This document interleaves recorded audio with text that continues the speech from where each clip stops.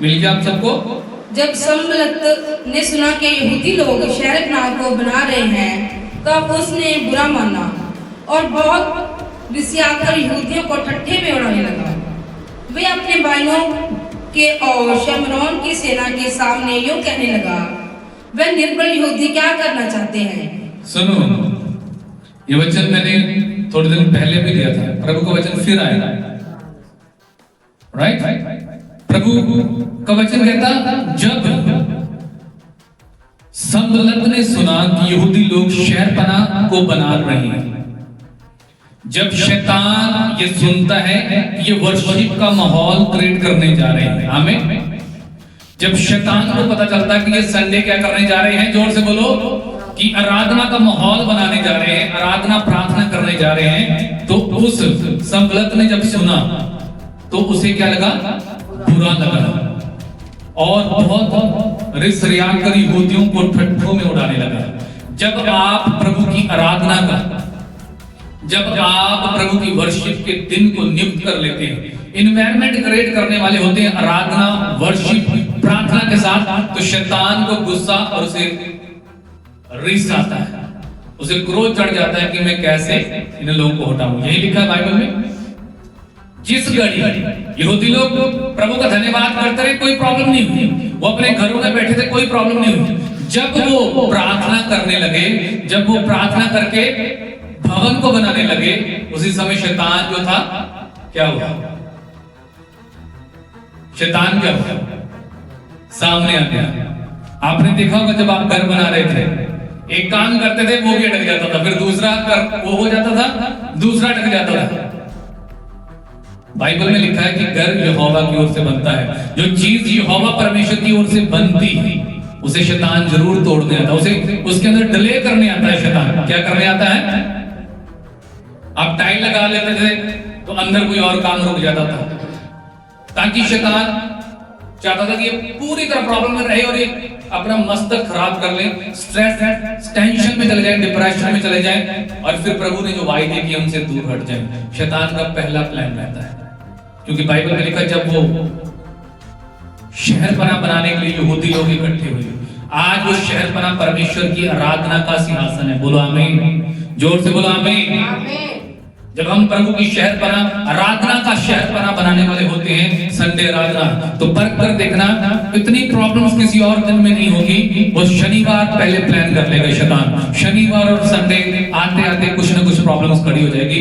इसलिए क्योंकि शैतान को पता है कि इनको मैं कैसे कराऊं। वो सीधे जोर नहीं लगा सकता, इनडायरेक्टली वो काम करेगा, किसी न किसी काम, किसी बच्चे के थ्रू, किसी और अन्य जन के थ्रू, क्योंकि उसको पता है कि कहां पे इनको गिराना है। इसलिए मेरे अजीजों, प्रभु के वचन को पकड़ो और शैतान की बनाई हुई उस गंदी जुक्ति को प्रभु के नाम से अपने कदमों के नीचे प्रभु के समर्थी नाम में जोर से बोलो हालेलुया, जोर से बोलो हालेलुया।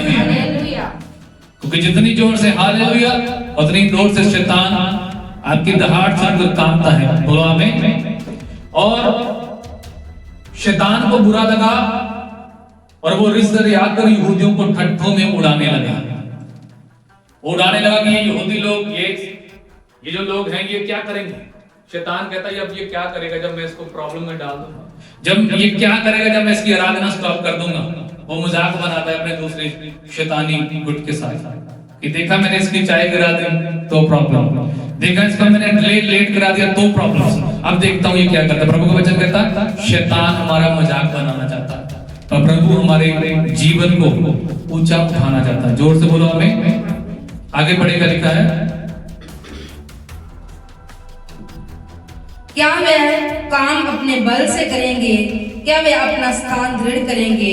क्या वे यज्ञ करेंगे? क्या वे आज ही सब काम पूरा कर डालेंगे?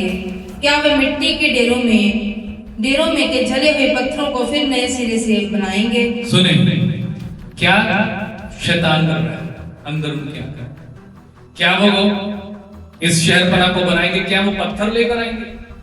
अब बाइबल में लिखा है, पीछे वर्ष लिखी है भजन संहिता 127 उसकी एक आयत में क्या लिखा है कि यदि घर को यहोवा ना बनाए तो बनाने वालों का परिश्रम व्यर्थ होता है। अब ये बात एक आम विश्वासी शायद नहीं जानता कि घर को कौन बना रहा है, घर को कौन तैयार कर रहा है। प्रभु का वचन कहता है घर परमेश्वर की ओर से बनता है। जोर से बोलो आमीन। और जिसने घर बना लिया, जिसने परमेश्वर से अनुग्रह पा लिया, प्रभु का वचन कहता है उसने उत्तम पदार्थ पा लिए। अब ये बात शैतान अच्छी रीति से जानता है और उसे जेलसी हो रही है। वो एक चीज के अंदर प्रॉब्लम लेके आ रहा है शैतान। सही है गलत है? जो खुदा के लोग होंगे उनकी हर एक चीज के अंदर जब हम परमेश्वर को धन्यवाद देंगे, प्रभु हमारे घर हमारे बच्चे सुरक्षित रहें, तो शैतान को जेलसी होती है। ये कैसे सुरक्षित कर रहे हैं, मैं तो उनको तोड़ने हैं, मैं तो इनके घर को खराब करने हैं, ये बना रहे हैं, फिर से एकजुट हो रहे हैं, फिर से आराधना कर रहे हैं, फिर से डेवलप हो रहे हैं, तो वो तोड़ना चाहता है। बाइबल में लिखा कि वह अपने भाइयों को और शमरौन की सेना के सामने ये कहने लगा, वे निर्बल यहूदी क्या करना चाहते हैं? क्या वे काम अपने बल से करेंगे? क्या वे अपने स्थान को दृढ़ करेंगे? क्या वे यज्ञ करेंगे? क्या वे आज ही सब काम पूरा कर डालेंगे? क्या वे मिट्टी के ढेरों में के जले हुए पत्थरों को फिर से नए सिरे से बनाएंगे? देखो, जब हम प्रभु की आराधना प्रार्थना करते हैं तो शैतान पूरा प्लान बना रहा था, आज प्रभु का बेटा चर्च जाएगा, इसको रोक दो। प्रभु की बेटी गाएगा, इसके गले को पहले रोको, इसके नाक को नजला लगा दो, इसके जीवन के अंदर प्रॉब्लम डाल दो। क्यों? प्रभु का वचन कहता है क्योंकि शैतान कुछ नहीं होता। जितना डर शैतान को आराधना से लगता है उतना किसी से नहीं लगता। जब तुम चुप रहोगे तो परमेश्वर बोलेगा, परंतु जब तुम बोलोगे तो परमेश्वर चुप रहेगा। जोर से बोलो आमीन, जोर से बोलो आमीन। जब तुम चुप रहोगे तो परमेश्वर बोलो, और जब तुम बोलोगे तो परमेश्वर, हमारा परमेश्वर तब जब वो बोलता है तो हमें चुप रहना चाहिए, हमें परमेश्वर की सुननी है। क्योंकि जब परमेश्वर अपने लोगों के साथ था, जब परमेश्वर उनके साथ था तो यहूदी लोग बढ़ रहे थे, और जब जब परमेश्वर उनके अलग हट जाते थे, यहूदी पाप करते थे, परमेश्वर उनसे मुंह फेर लेते थे, तो तब तक इजरायली यहूदी लोग हारते थे और वो युद्ध भी हार जाते थे, उनके बच्चे भी मारे जाते थे, उनके पारिवारिक जन भी क्षतिग्रस्त हो जाते थे। इसलिए क्योंकि परमेश्वर यहोवा का अनुग्रह उनके ऊपर से उठ जाता था। और जब ये बात प्रभु के दास को पता चली तो उसने शहर पना बनानी स्टार्ट की। उसने कहा हम इतने सालों से बंधुआई में हैं, हम प्रॉब्लम्स, हम समस्याओं में हैं, हम क्यों ना प्रभु की आराधना करें, वही हमें छुटकारा देगा, जिसने ये जमीन, ये स्वर्ग, ये सारी चीजें रची। जोर से बोलो आमीन। स्वर्ग का जीवित परमेश्वर हमारे साथ है। जोर से बोलो आमीन। स्वर्ग का परमेश्वर जब हमारे साथ है तो शैतान आपके सामने खड़ा नहीं हो सकता, परंतु उसके लिए हमें एनवायरनमेंट क्रिएट करना पड़ेगा। अगली बात को पढ़े, देख कितनी गहरी बात हो रही है। उसके पास अम्मोनी तो भी यहाँ था और वह कहने लगा, जो कुछ वे बना रहे हैं, यदि कोई गीदड़ भी उस पर चढ़े तो वह उनकी बनाई हुई पत्थर की शहरपनाह को तोड़ देगा। अब देखो शैतान क्या कर रहा है, दूसरे शैतानों को लाता, वो भी शैतानी लोग कह रहे बनने दो, ये जो बना रहे हैं ना, इनके ऊपर गीदड़ भी जंप करेगा ना, देखो देखो गीदड़ भी छलांग लगाएगा। गीदड़ होता कितना, किसी ने गीदड़ देखा है तक? डॉगी, हस्की जैसा, उतना ही गीदड़ है, भेड़िया ही गीदड़ है। रियली हस्की गीदड़ है, सिमिलरिटी लूमड़ी गीदड़। कह रहा अगर ये गीदड़ भी जंप करेगा तो इनकी शहर पना टूट जाएगी। यानी कि शैतान यहूदियों का ठट्ठा, इजराइलियों का ठट्ठा, आज मसीहियों का ठट्ठा उड़ाता। अगर छोटी सी प्रॉब्लम में दाड़ दो, गीदड़ का, हम गीदड़ किसे कहते हैं?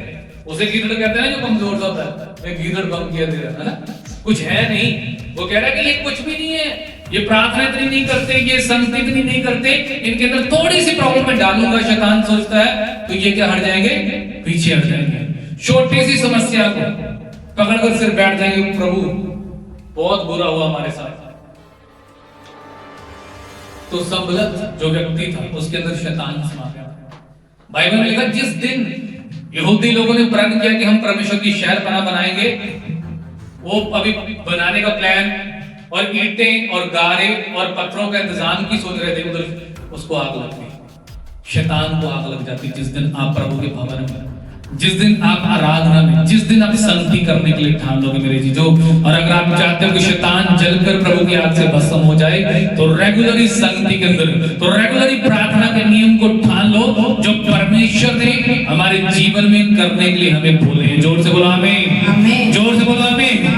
ठंडी आराधना, ठंडे विश्वासी, ठंडे प्रभु के आराधक या वर्शिपर या ठंडे प्रभु